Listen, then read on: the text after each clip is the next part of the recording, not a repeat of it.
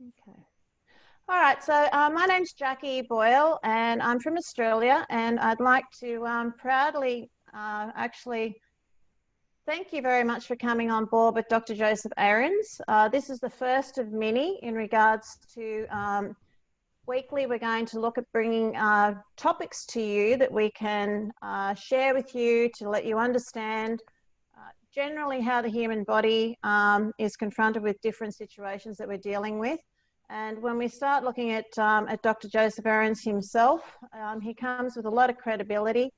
And for those of you that do know him, you'll know his background, but for those that don't, he has a stellar career, and he's had an extremely stellar career. And it goes without saying that we understand why Emulin and 24/7 is such a phenomenal product due to this man's brilliance of having years of research and technology behind him. Dr. Ahrens has a PhD in physiology and plant and animal science, and he's a leading expert in nutrition as well. He's also an author, and he's leading the field in science and technology. And it's something that when we start looking into today's topic of the immune system, it's a very important topic to understand, especially in today's environment globally, for where we're all trying to navigate through, because it's certainly testing a lot of us in various platforms. And so that's why this particular topic is very important for us to look at. And we are going to address it, listen to Dr. Ahrens talk. The whole idea of Dr. Ahrens' brand, as we call it. So we're going to be launching Dr. Joseph Ahrens' brand. So we are going to be having a web page, a closed Facebook page for Valentis people. So we'll be putting information in there all the time about not just about products, but about information like the immune system. And each week, as we do have different topics, we'll be loading those topics up into his Facebook page. So you'll be able to share those with other people as well, and be able to gather that information for yourself to be able to understand more about not just Emulin and 24/7, but understand about general health and well-being within itself, and how it applies back to other products as well that you're actually using as well. So that's what the whole focus is to try and look at how we can look at, whereas knowledge is actually key to understanding where we're heading into going forward for ourselves, and how we can actually assist ourselves and support our bodies as we do move forward. So Dr. Ahrens, have I still got you? I have to find you. You're down the bottom there. Yeah, I'm right here. Okay, so I'd like to hand it over to Dr. Joseph Ahrens and let him discuss, and I will just make another little comment for you that most of us are aware, and for some that aren't. We do have a very esteemed man with a lot of knowledge behind him, and we are lucky enough to have him with Valentis as well, in regards to being a dual nominated Nobel Prize scientist in 2015 and 16. So it takes a lot to get something like that to even be nominated for, but to be nominated twice, we really do have a lot of expertise sitting right in our laps, and we're going to make the most of it. And thankfully, he's agreed to be able to do these things, to be able to share the knowledge. So I'll hand it over to you, Dr. Ahrens. Thank you very much, Jackie. Thank you very, very much. I hope that you can hear me good. There's a tremendous rainstorm going on outside here. That's how it is when you're down in the semi-tropics. So I wanted to come to you tonight to talk about your immune system, because the immune system is extremely important, of course, but most important in these days as we find ourselves attacked on every front. And before I begin, I would like to say none of the products that we produce or talk about cure any diseases. That's for certain. They just work with your body and support your body. So let's get that out of the way. We never claim to cure any diseases. But talking about the immune system, it's involved in everything you do. Most of you know that your immune system is what defends you against outside invasion and damage.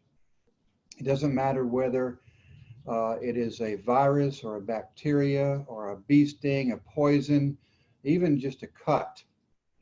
The immune system is what defends you against those attacks. And we actually call those in the medical community insults. So when somebody says they've been insulted, to us, it means they've been attacked by something, doesn't mean they've got bad manners. And I think it's very important that everyone understands the role of the immune system, and then you will understand why you're hearing a lot of things that you are in whatever you read on the internet or scientific articles. Why is it important, and what's going on? First of all, when you do get an insult, when you're insulted, whether it's a bee sting or a cut or whatever, when that happens, that foreign object actually gets inside you, or in the case of like a wound, the cells release chemicals into your bloodstream. That's the first trigger to your body that something is wrong, either a foreign material like a poison or a virus or a bacteria, or through a wound or broken bone or whatever, and you get this release of these chemicals into your bloodstream. It turns on your immune system. And the very first step of that is the inflammation response, the inflammatory response. This is all chemical driven, and it's mostly automatic. And again, once those chemicals or foreign parts are recognized, you get another set of chemicals that are released into your bloodstream. One of these key chemicals to show up is tumor necrosis factor alpha, TNF alpha. So you don't have to memorize that, but I'll call that chemical the general as we talk further. Tumor necrosis factor alpha is the general. And basically, chemically, this general assesses the situation. What is going on? What is here? What do I need to do? And through constant chemical feedback, that general figures out what to do. And one of the first things he does is call on the troops. These are your white blood cells. Also, chemicals are released that start dilating your blood vessels, sending blood throughout your body. But of course, wherever you've been attacked, that's where it shows up the most. And that shows up on your skin outside as a red spot. And that's why we call it inflammation. It also heats up. Your body metabolism increases, and the capillaries expand. And therefore, even localized on your skin, it gets warm and red. So it looks like it's on fire. And that's at first, thousands of years ago, where the original healers called this a fire response, inflammation, inflamed. After that, some other chemicals and cells come on that start repairing the damage or fighting the invaders. And they're looking around to gobble up something like a bacteria, or if it's a wound, they call in support troops that start building scaffolds on top of the opening to start the healing process. And so this general is there actually directing the troops. You do this, you do that, through chemical signals to get that going. Inflammation is wonderful. It's needed for this. And then once the invaders are beaten, like if it's a virus or bacteria, or the poison eliminated and diluted, whether it's a bee sting or some pollen, or whether it's a wound, once that stuff is all taken care of, the general should say, okay, I've had it, everything's fine, and then he goes home. That's in a perfect situation. So inflammation is important. It's the first step in our immune response. And it's our immune response that does the actual healing and the fighting. Well, we have two problems here. One of them is we consume a lot of refined sugar. Even if you try to keep sugar out of your diet, added sugar out of your diet. I'm not really talking about the sugar in fruit or in natural products, but the processed sugars that we would have never previously found in nature 1,000 years ago, like, Rice Krispies and pasta and breads and table sugar and high fructose corn syrup. We take that in. Even when we try to avoid it, we still end up getting it. I was last week with my brothers, and one of my brothers came by with some glazed donuts, and I said, this is just poison here. He said, well, don't worry. I got you some unglazed donuts. I know that you're a health nut. Well, I'm not a health nut, but he couldn't understand there was actually no difference between the glazed donuts and the unglazed donuts. It's all refined sugar. But we take that sugar in and our body recognizes it as a poison. The result is inflammatory response. So you have, and we take it all the time. So we end up having this inflammation going on constantly, and we keep, and the body's saying, where's this stuff coming from? You know, I thought I took care of that poison and I put it in the fat tissue to isolate it and shut down how insulin response to get rid of that poison. Well, we just keep taking it. So our inflammatory system, our immune response is constantly triggered. So that's one point I want you to remember outside of immune and inflammation is good. The second point is we're constantly under assault. You need to do better in not having processed sugars because they're a poison. Your body recognizes them as a poison and a drug, and they light up the same pleasure centers such as cocaine does. And many of you have seen that show on 60 Minutes a couple of years ago where they showed, it was a dossier on sugar. It's a poison. All medical authorities recognize that refined sugar is a poison, and they just say, well, try not to take too much. So you've got this constant inflammation going on. And then on top of that, if you do have something happen, like a virus or a bacteria or a wound, then you've got a second set of inflammation come on. So you're under chronic inflammation, and then also you have the immediate inflammation, the acute inflammation, we call it. So that tumor necrosis factor alpha general never goes home because he never sees somebody signaling him it's okay.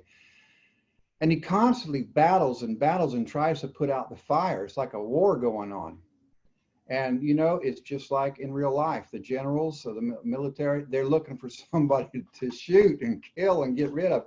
And if this goes on long enough, you actually, tumor necrosis factor alpha directs his other soldiers, they just start actually chewing up your own body. And eventually, under long-term chronic inflammation, your body tissues fall apart. And you get into neuropathy, and you can get into kidney failure, other organ failures. And you can develop diabetes because diabetes is actually a response that's trying to shut down processing of refined sugars. That's really what's going on, especially type 2 diabetes. So inflammation is great, but chronic inflammation, which we all have a little bit of, is really bad. And think about in this day and time when we're worried about bacteria and we're worried about viruses, you know, not just COVID, but colds and flu, especially you get my age, you're always worried about the influenza. Well, if your immune system has been on all the time and it wears down, your body wears down, you become even more susceptible to these viral particles and bacteria, and you might notice you got more hay fever, and then all the way down into arthritis and asthma and Crohn's disease. These are all the result of chronic inflammation, and your body ends up attacking itself. So it's busy attacking you, and it doesn't even have enough resources to attack then outside invaders. You're in a bad situation. So when people say, well, what can I do to help myself, to support my immune system? Well, there's two things you can do. One of them is don't eat those refined carbohydrates if at all possible. And don't turn on that immune response because of these poisons. Do just the opposite. Avoid them if you can. That'll calm down that chronic inflammation. And then secondly, yeah, take some precautions. You know, the precautions that are recommended for COVID are the same one. They're the same ones that we've always had for cold and influenza. Did you know that? This is nothing new. It just that it seems more important because the death rate on COVID is higher than normal. But it is, you know, wash your hands. Wash your hands. You know, you can say the ABCs twice, and that's enough. If you can't wash your hands, washing your hands is best. Then use a sanitizer. Alcohol-based sanitizer, 80 or 90%. ethanol. It can be methanol, just don't drink it. That'll kill you. But use an alcohol-based sanitizer. Avoid people if all possible. Don't get in the crowds. Just like we said, why do we call it a cold? It's just a virus because it happens during cold season when people are pressed together in rooms and there's not good airflow. So when people discovered the cold, they said, well, this is the disease that has something to do with cold weather. It does not at all. It's got to do that when you get into a place where you're trapped, poor air circulation, and you're constantly in front of people within a meter or so, and then they cough, and it's not just the coughing, is they cough and they breathe and it gets on tables and furniture, and then you come by and you talk, like the doorbell, even the card reader at the ATM machine. Those all have particles on it, whether it's bacteria or a virus, it doesn't matter, or even poison gets on there. You can get poison ivy that way. So you touching something someone else touched. Avoid those surfaces, and if you do, sanitize yourself immediately thereafter. And so now we also are wearing masks, some of us are, and that's mostly to keep you from broadcasting to other people. It's not as much your inhalation.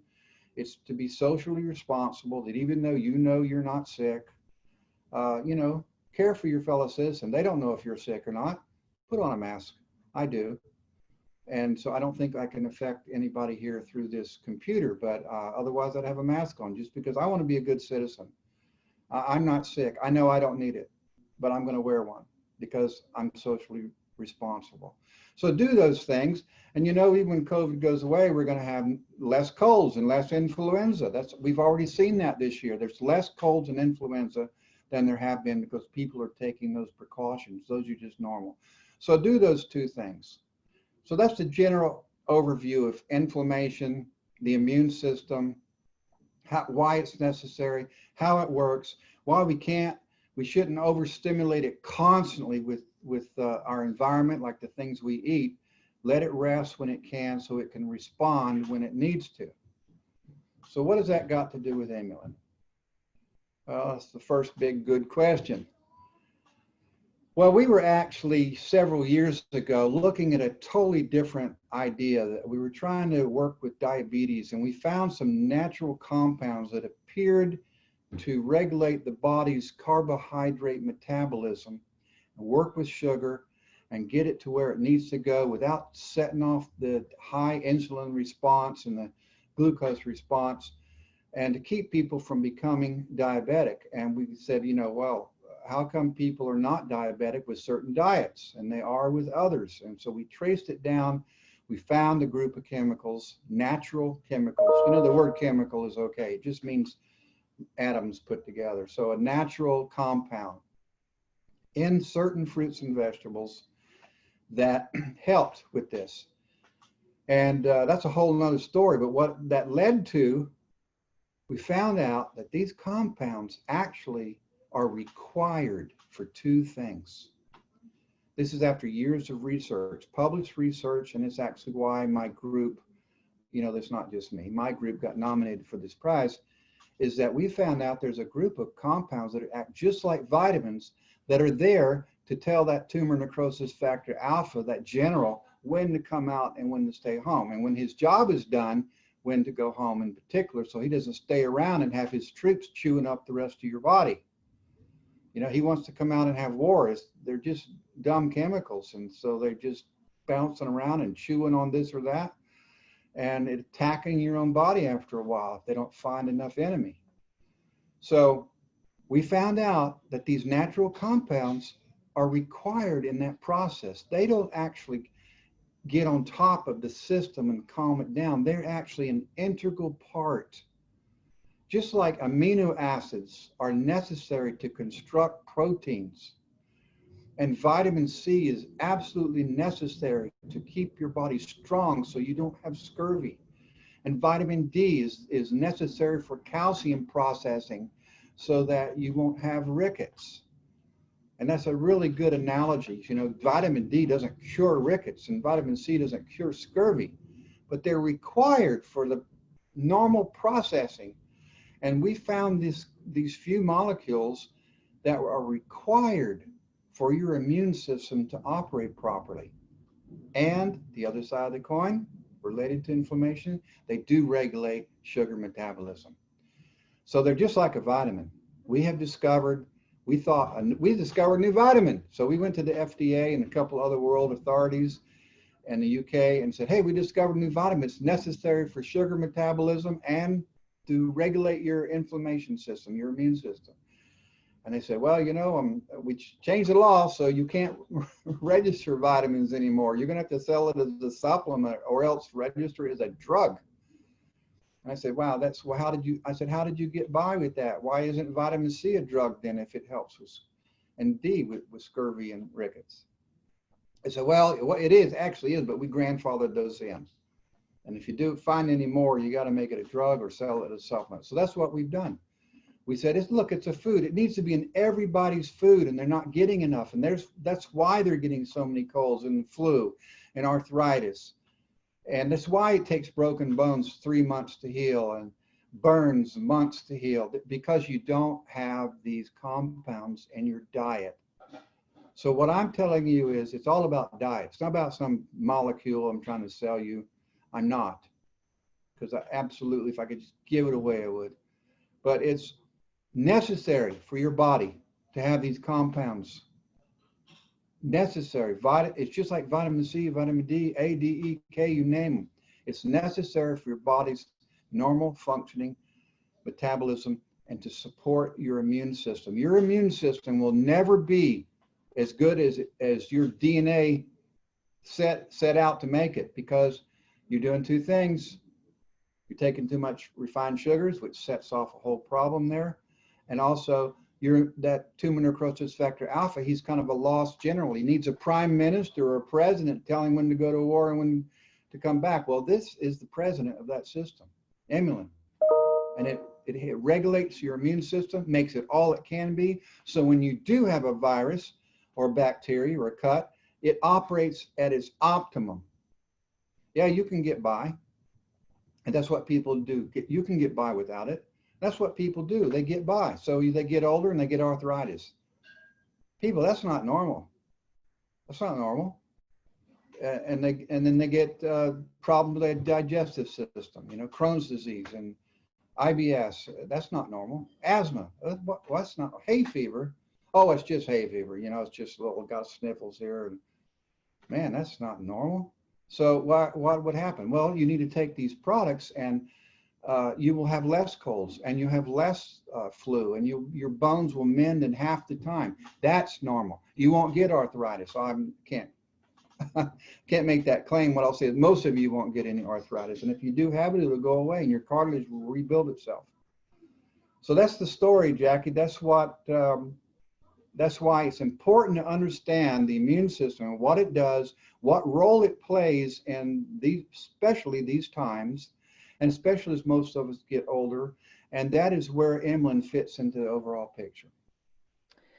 So Dr. Ahrens, I really want to say, every time that I actually listen to you, and I know as many of us do listen to you, you are just a wealth of knowledge. And there have been some people so I really thank you for that, because we can never have enough knowledge, and it doesn't matter how many times that I listen to you speak. I always learn something more, because we only absorb so much at one time. So I really want to thank you firstly for that on behalf of all of us, because I know everybody is very grateful that you're taking this time to do this.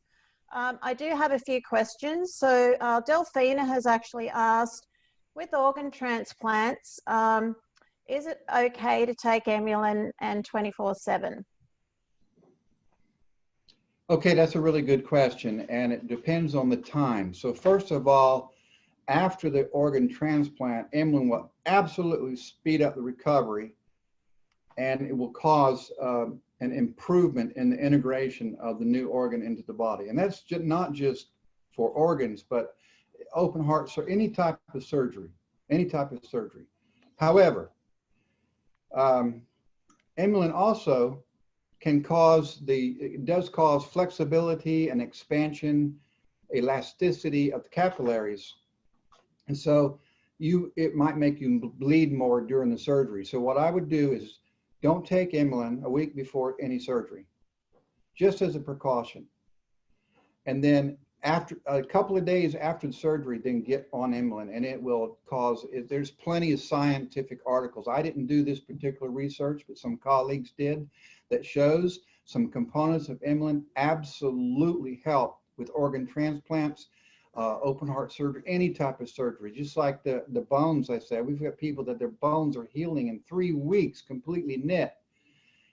So that's good, but stop it a week before, because the quercetin in there can cause you to bleed too much.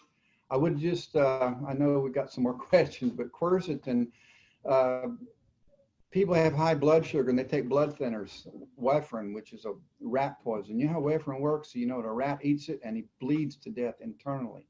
So they want your platelets in your blood to not stick together. They want it to be free flowing. So they give you warfarin. Well, if you had took enough quercetin in your body, you'd never get into problems with sticky blood to begin with. So you need to have enough quercetin in your body to begin with. But for people that are going to go into surgery, avoid inulin a week before, because it gets out of your body in, I think, 5 days. A half-life is 4.5 days. So 4.5 days, it'll be half of where it was, and then another 3 or 4 days, it'll be half of that. So that's safe enough. But as soon as you get through, after a couple of days, you need inulin, and that tumor necrosis factor alpha will come out there and start directing the troops. Thanks, Dr. Ahrens. Donna Maxwell, I'm just going to say, hopefully that's answered your question, because it's pretty much talking about heart thinning meds, or, you know, blood thinners. Somebody has asked about taking amulin with pregnancy, and I will say, yes, it is safe. But there is a question here that I think Dr. Ahrens, Lorraine has actually asked for a 21-year-old autistic man that does not have any other problems. Amulin, is it safe for him to be able to start taking that? Well, it's not only safe, it's highly recommended, because autism is directly related to your own immune response. It's a problem with the signaling of the across the synapse, where your two nerves come together. There's a little gap right there, and the nerve pulse goes along there. It turns into a chemical response. The chemicals float across the gap, the synaptic gap, and then the signal continues on.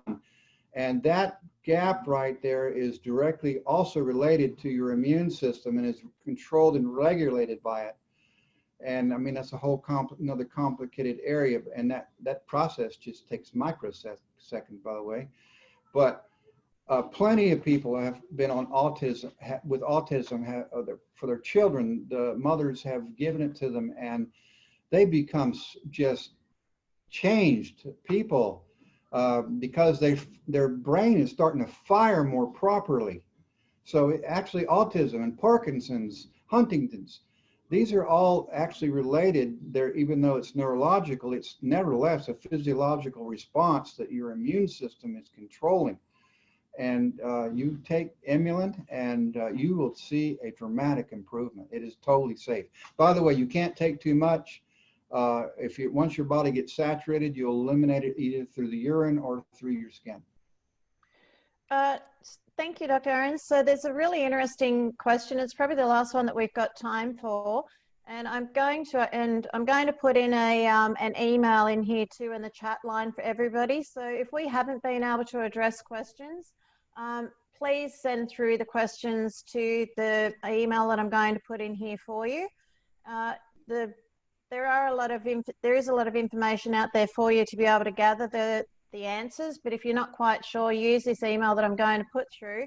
But the last question I'm going to ask you, Dr. Ahrens, if you don't mind, is can amulin help with heart plaque in the arteries, please? Okay, so it will do it indirectly, because what happens with blockage is, and mostly cholesterol issue,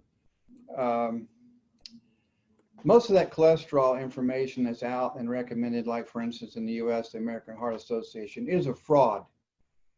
And it's now accepted that there was a researcher back about 50 years ago who did a report that said that high cholesterol causes heart disease. And he ended up actually wanted to be president of the American Heart Association. And you can actually look this up on Wikipedia. It's called, I believe it's called the 7-Country Study, where he had 15 countries, and he pick and chose the ones that fell in line with his theory. If he'd looked at all the data, he would have seen eating high cholesterol foods does not raise your cholesterol. Second thing, I'll say that where does high cholesterol come from? It comes from refined carbohydrates. So you can lower the refined carbohydrates in your diet and you will drop dramatically your cholesterol, even in half. If you're strict and you go down to just, 5 grams, 50 or less grams of refined sugars, carbohydrates a day, you'll cut your cholesterol in half. Third thing is, cholesterol is floating around in your bloodstream because it's actually a bandage. It doesn't just float around and say, oh, I'm going to stick here. It is actually a bandage that your body is sent out to try to get rid of inflammation, to basically cement over damaged areas. And it's deposited underneath the epithelial layer, so we can't just come in there and rotor it out. But that cholesterol is out there because you've got inflammation somewhere in your body. Your body produces cholesterol as a bandage, and then you end up getting blockage. Well, why don't you just get rid of the inflammation, get on a lower carb diet, the cholesterol will go away, and that cholesterol will go away because the high density cholesterol is the one that goes out and gets rid of the low density cholesterol when the wound is over. So it will not directly get rid of blockage, but it will get rid of the underlying cause of the blockage, and your body can heal itself. So my own sister-in-law had a heart attack. Saturday will be 2 weeks ago, and she doesn't watch her diet, and it was all blockage from cholesterol. Went in and put a stent in. Of course, I say put the stent in. I mean, it's an emergency. Put the stent in, get it open, and then get onto a better diet. And I know I'm going to improve her. That cholesterol, those cholesterol levels will drop dramatically. Dr. Ahrens, I'm going to squash in one more question, and the reason being, I think it's quite important for Belinda. I don't know this lady, but she has asked for her father, who's elderly, and he's on insulin 4 times a day, and she's just wondering when to start. When should he start taking Emulin, like at what time a day for somebody that's 95 to 98 years of age? All right, so once you start taking Emulin, like I said, it has a 4.5-day half-life. After a couple of days, after a week, it doesn't matter when you take it, it's going to be in your blood. The point is to keep yourself saturated. And if you have an issue you're dealing with, I implore you to take as much as you can. Usually for a maintenance dose, we say 500 milligrams a day. That's just a little bit. And even some people get by with one capsule, 250 milligrams a day. But that's a maintenance. If you have an issue, heart disease, asthma, cold, flu, whatever, you need to take more. I'm about 200 pounds, 90 kilos, and I take 6 a day during this time because I don't want to have any trouble. So, and I know what's going on, so I saturate myself, I oversaturate myself. So you should take enough. If you've got diabetes, we say take 2, 500, take 4, double it. What you'll see is within days, your blood sugar will start dropping. And so you need to monitor your blood sugar because eventually you're not going to need insulin. And you don't want your blood sugar to go too low. So monitor, and it doesn't matter just insulin. It could be any of the other drugs that you're on, metformin by mouth, or any of the other injectables. If you take insulin or any of those drugs, monitor your blood. You take Emulin, and in just a couple of days, your blood sugar you wake up in the morning, instead of your blood being 140, you'll be 100, 110, and then a week later you'll be even lower, and eventually you won't be diabetic. But you've got to couple it with a good diet. Come on, this is no magic pill. Take care of yourself. Exercise if you can. If you can't, even if you just get up off the couch and walk across the room and get down in the easy chair, do that, and then start taking a walk, and then get to a couple of kilometers, and you got to move. And then eat a sensible diet. Try to eliminate refined carbohydrates. Take insulin, not as a fix, but because you need it. That's why you got diabetes to begin with. Your body didn't have any insulin, and so it just shut your insulin and glucose system went crazy. So take it. Yes, it doesn't matter how old you are. Everybody needs it in the womb, womb to tomb. It's just like, does everybody need vitamin C? Yes. You don't say, oh, I got to take vitamin C the rest of my life, or vitamin D. Well, you know, for some of us, like me, I take vitamin D every day. I just need that assurance that I'm getting enough. Even though I live here in the Bahamas or Florida, I don't get enough vitamin D. So I take vitamin D every day the rest of my life. It's just fine. I'm going to enjoy life. So yes, you should take it, but monitor your blood sugar. Now that's really important, extremely important. I know we're running a little over here. I had a lady, I'm not her physician, and I'm not anybody's physician, so the advice I give here cannot be personal. It's just in general terms. Consult with your healthcare professional. And also, I'll talk to any of your healthcare professionals. If they're willing to call me up, I'll talk to them.